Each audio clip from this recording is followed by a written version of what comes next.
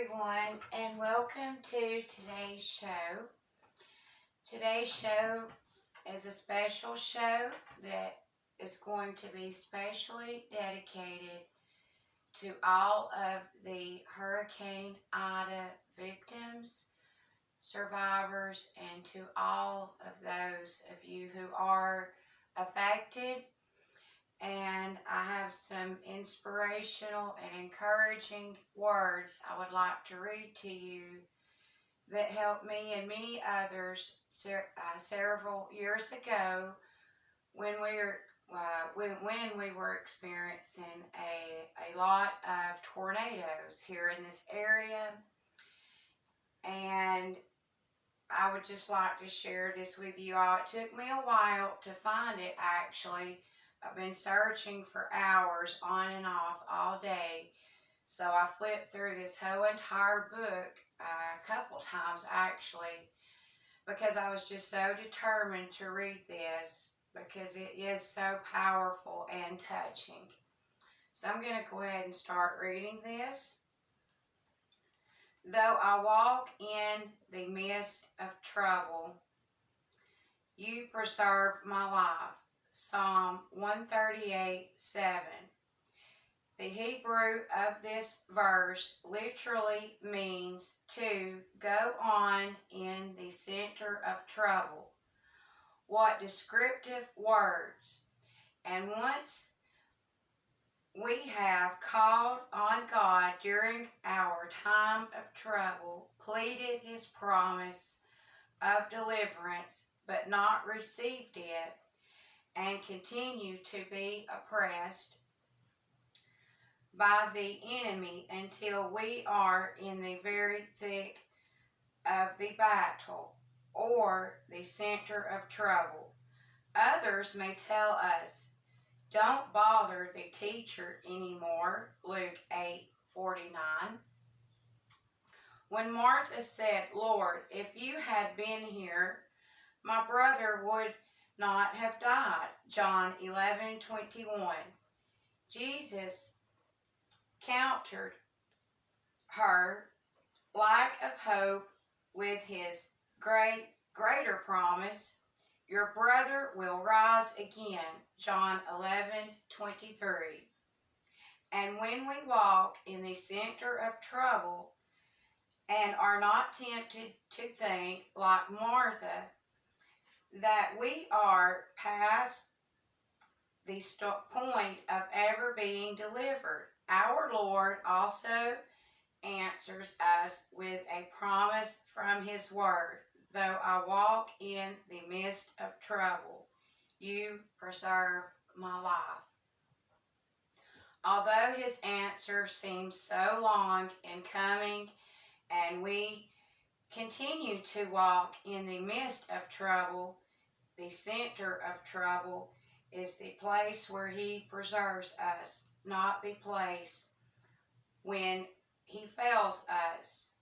The times we continue to walk in seemingly utter hopelessness are the very times He will stretch out His hand against the anger of our foes. Psalm 138:7.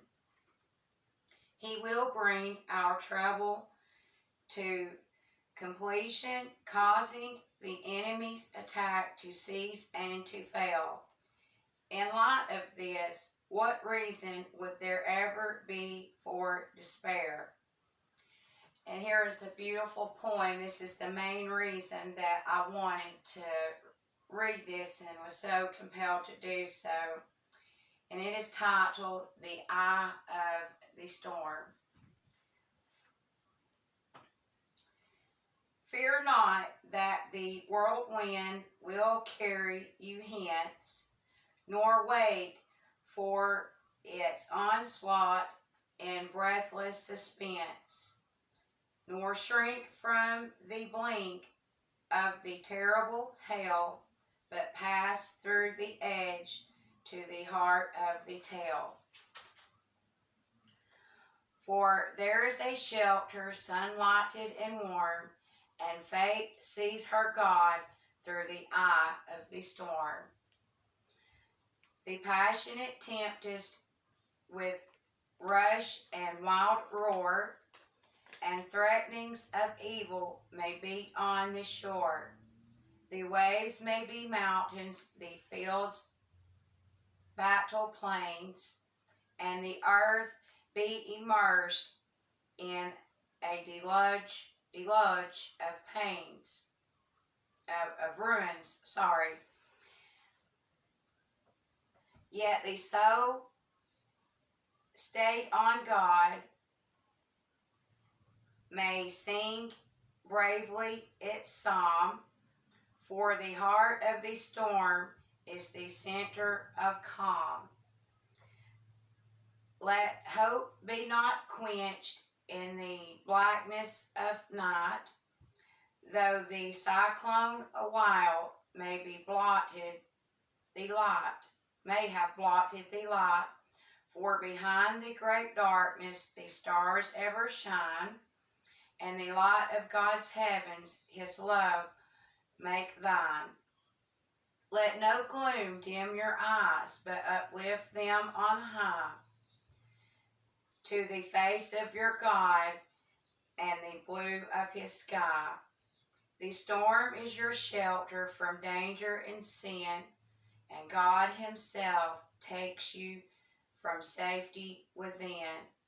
The tempest with his passes into the deep calm, with him passes into the deep calm, and the roar of the winds is the sound of a psalm. Be glad and serene when the tempest clouds form. God smiles on his child in the eye of the storm. I hope that helps someone and many. It did help us here years ago. It was very inspiring. There is another one in here on storms. Couldn't find it, but this was the most important one because of this poem. And sorry about fumbling up there a couple times. It's really small print, and so I'm having to use this magnifying glass, everyone. So I do apologize about that. And remember, everyone, still keep praying for everyone that has been affected by this storm, the victims, families who have no water, power. And let's all just be thankful for what we have and remember those who do not have the simple things such as electricity, power, shelter, and many other things, and those families of those who have lost loved ones through the Hurricane Ida devastating storm. So everyone, keep on praying for everyone in Louisiana and the other states that were severely affected by this storm too, mainly Louisiana. So everyone, that's going to be all for today on this, and until we all meet again, may God bless you and God keep you.